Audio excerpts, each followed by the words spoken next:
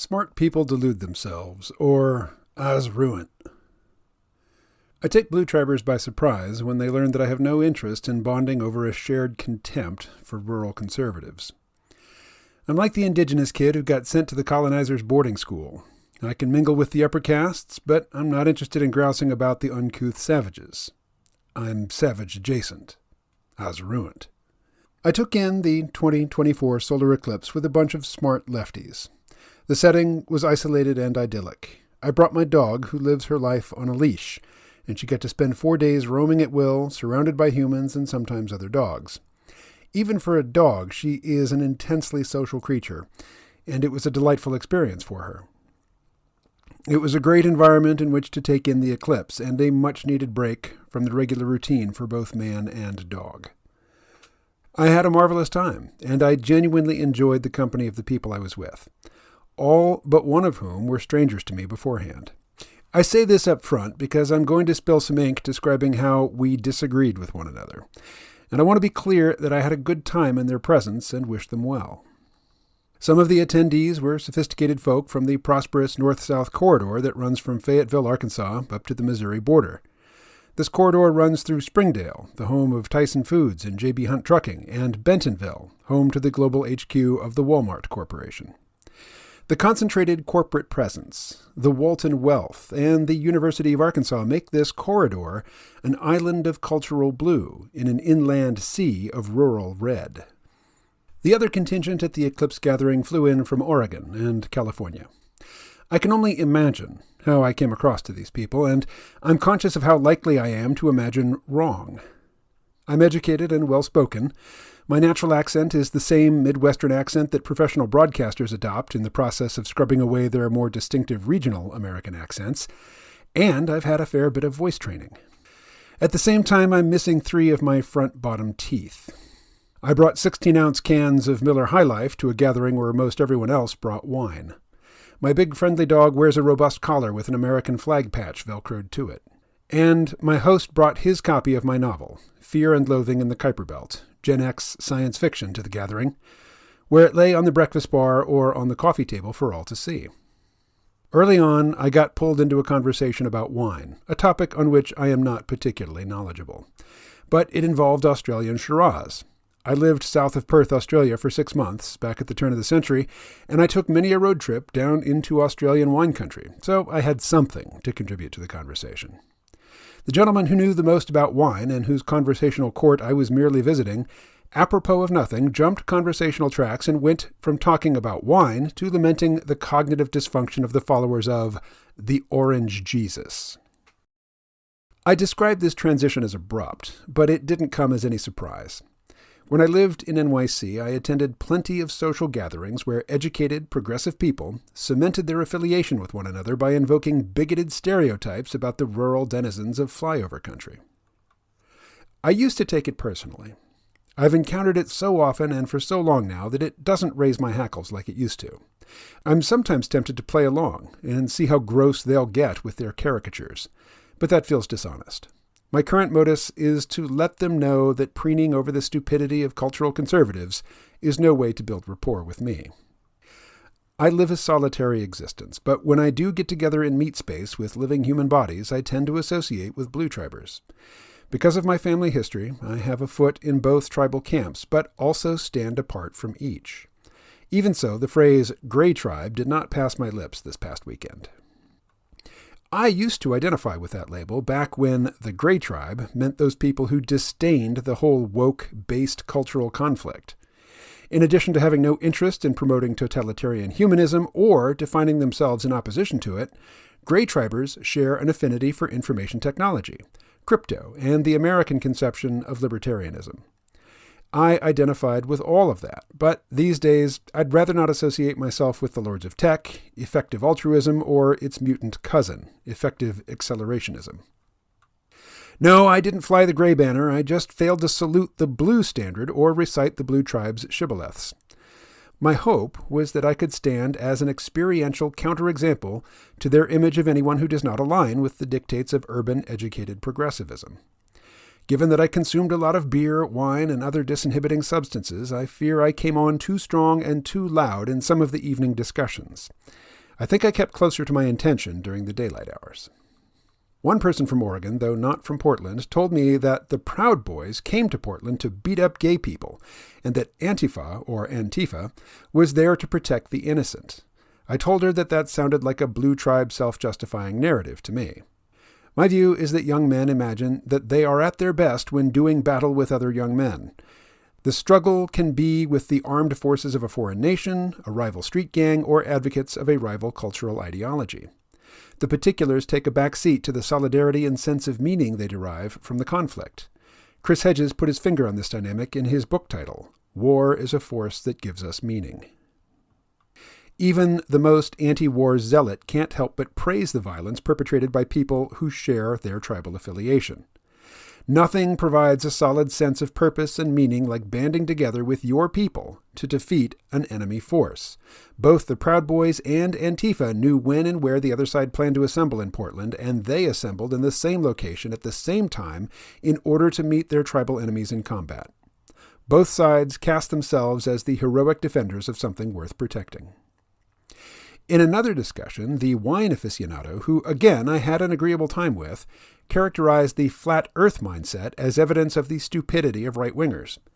I told him that flat earth believers tend to be smarter and know more about science than people who make a point of signaling their acceptance of the pronouncements of scientific experts.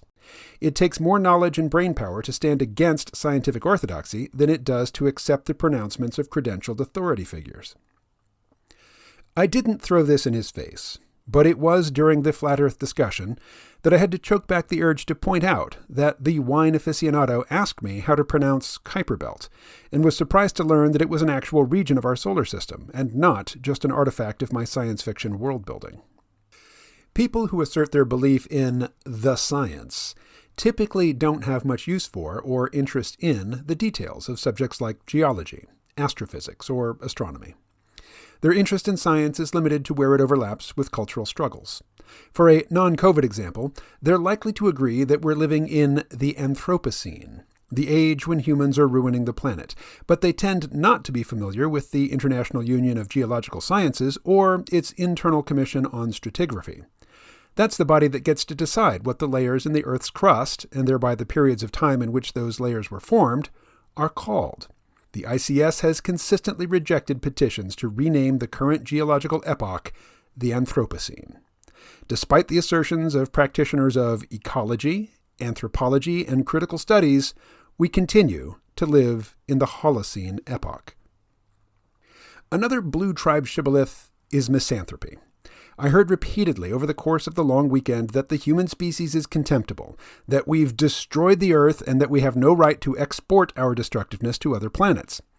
I paraphrased Terence McKenna's rap that Gaia is using humanity to build herself a planetary nervous system, and that the project is so important that she's putting blue whales, pandas, and all the rest on notice that this project takes precedence over their continued existence.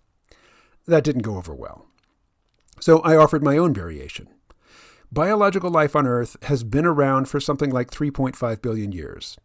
Within a billion years or so from now, the life cycle of our sun will strip Earth of her oceans and atmosphere. That will mark the end of biological life on Earth. For the vast majority of the existence of life on Earth, it proceeded in the fashion that the human haters say they prefer, i.e. a non-technological mode. There have been intelligent species, but they either lived in the oceans and couldn't start down the road to advanced technology by harnessing fire, or they never developed the conceptual and communicative abilities to coordinate their activities on a civilizational scale. Even if the human experiment utterly fails, even if we drive our technological civilization into a ditch, non-technological life on this planet has had an excellent run. It hogged the spotlight for most of the show. Now that we're close to the end of the run of biological life on this planet, let's see what human intelligence equipped with technology can do. We'll surely make a mess of things, just as non-intelligent, non-technological life created a lot of havoc in its time. No matter how badly human technological civilization screws up, I don't see us matching the destruction wrought by anaerobic bacteria in the Permian-Triassic mass extinction event that killed off 96% of all marine species and 70% of all terrestrial vertebrate species around 250 million years ago. I've said it repeatedly, but I can't say it often enough. I enjoyed my time with these people, and doubtless I will find myself in such company again in the future. I vibe with the educated blue tribers better than I do their red tribe counterparts. I blame my education. It ruined my ability to take pleasure in the company of regular folk. Eyes Ruint. The other thing to point out is that intelligent people tend to hold more extreme biases than folks in the middle of the bell curve. Flat earthers have to learn a lot more science to argue against the scientific establishment than credential-worshipping sophisticates do to pledge their allegiance to the science. A friend of mine sent me a link to this excellent YouTube video. In it, the author argues that intelligence is always measured by how well it achieves its instrumental goal. Human intelligence did not develop in order to allow primates to understand the true nature of the universe. As a case in point, human intelligence evolved less as a tool for pursuing objective truth than as a tool for pursuing personal well-being, tribal belonging, social status, and sex. And this often required the adoption of what I call fashionably irrational beliefs, or fibs, which the brain has come to excel at. Since we're a social species, it is intelligent for us to convince ourselves of irrational beliefs if holding those beliefs increases our status and well-being. Dan Kahan calls this behavior identity protective cognition, or IPC. By engaging in IPC, people bind their intelligence to the service of evolutionary impulses, leveraging their logic and learning not to correct delusions, but to justify them. More than one of the blue tribers I spent the eclipse with works in real estate. Career-wise, it would do them no good to subject the fashionably irrational beliefs of their clients to harsh scrutiny. For a blue tribe Oregonian, there is no social benefit in seeing both Proud Boys and Antifa street warriors as two roughly equivalent examples of young men gravitating to ideologies that justify their use of violence. The Proud Boys are evil. Antifa heroically defends the vulnerable from evil men. That's the catechism. There is no social profit in questioning it. The people I'm describing, with whom I gathered in a beautiful location to watch the eclipse, are more successful than I am. They make more money, travel more, and enjoy a richer social tapestry than I do. I like being around people. I like to travel. I remember buying wine instead of Miller High Life. I'd like to have a full set of teeth. I would like to thrive in the society in which I live. To the extent that you can measure my intelligence by how well it helps me achieve that goal, I'm a dumbass. It occurs to me to say that I wish I'd never studied philosophy or encountered the concept of epistemology, the study of what constitutes knowledge. But that's not true. Clearly, seeing myself as rational and clear-eyed is more important to me than social respectability, travel, or access to dentistry. My formal education, as well as the idiosyncratic meanderings of my own autodidactic walkabout, have left me unfit for polite society. Eyes Ruint.